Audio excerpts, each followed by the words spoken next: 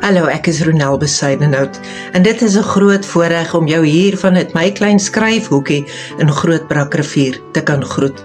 Dis 'n heerlike sonnige winterdag. En ek wil jou vertel van my nuwe dagstukreeks. Ek noem dit God in die kantlyn. Julie maand is mos 'n maand van opkrul met 'n boek. En hierdie keer wil ek mense se lewens gebruik uit die Bybel uit. Maar dis nie daardie bekende verhale nie. Dis die mense wat in die kantlyn leef en God daar saam met hulle in die kantlyn het. Mense wie se stories vir ons dalk vergete raak omdat ons nie hulle name ken nie.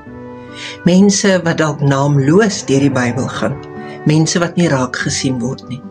Op 'n manier is dit elkeen van ons se stories. Deur hulle lewens leer ons dinge van God se karakter ken wat ons dalk andersins nie sou geken het nie. Ek nooi jou uit na God in die kantlyn. In Julie maand gebruik ek onbekende mans, dalk naamlose mans. In Augustus, in vroue maand, dan kom die vroue weer aan die beurt. Maar in elkeen van hulle se lewens is daar iets wat ons van God in ons eie lewens kan leer ken, ook daar waar ons aan die kantlyn leef. Hoe werk dit? Jy registreer hiervoor, as jy dit nog nie ontvang nie.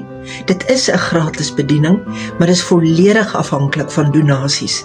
Dis die enigste manier hoe ek hierdie dagstukke in die wêreld in kan versprei. Dit word in Engels en in Duits vertaal. Die Engels en die Duitse dagstukke word saans uitgestuur. Die Afrikaanse dagstukke word saans 9 uur uitgestuur en die herhaling daarvan is soggens tussen 6:30 en 6:30 vir diegene wat van vroeg opstaan hou. Ek hoop regtig dat hierdie reeks vir jou besonders gaan wees. Dis heerlik om dit te skryf, dis heerlik om nuwe ontdekkings te maak. Versprei dit asseblief, maar dan moet ek ook vra, oorweeg dit om 'n donateur te word. Al die inligting verskyn aan die einde van hierdie video. Dit sal 'n voorreg wees om jou te kan leer ken en jou deel te maak van 'n netwerk van mense wat reeds vir jare lank hierdie dagstukke ontvang. Mag God in die kantlyn jou lewe verfris.